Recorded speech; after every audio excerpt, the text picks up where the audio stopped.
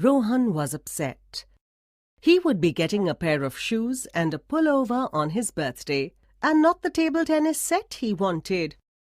Seeing how sad his friend was, Mook told Rohan that he could make his wish come true by running around a banyan tree at midnight and chanting Unke Munke Timpatu 17 times. Though Rohan thought it was all nonsense, he could not help but remember that the only banyan tree in the neighborhood was the one in Mrs. Groover's garden. She used to be the principal of his school till last year and was very strict. The day before Rohan's birthday, Rohan and Mook made plans to visit Mrs. Groover's garden at midnight. They climbed up the boundary wall. The garden lay dark, and in the middle of it stood the banyan tree.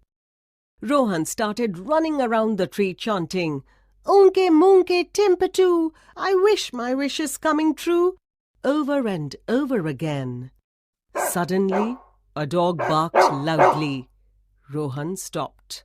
Rohan told Mrs. Groover everything.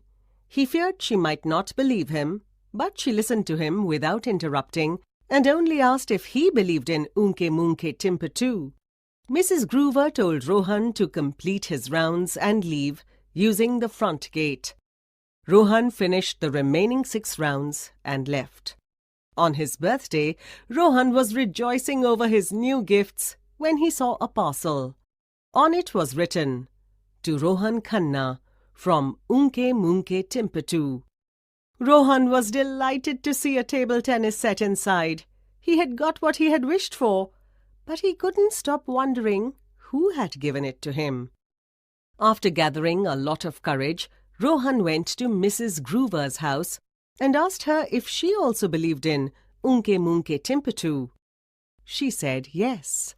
From that day onwards, Mook and Rohan went to see Mrs. Groover quite often. Also, all of them had one thing in common.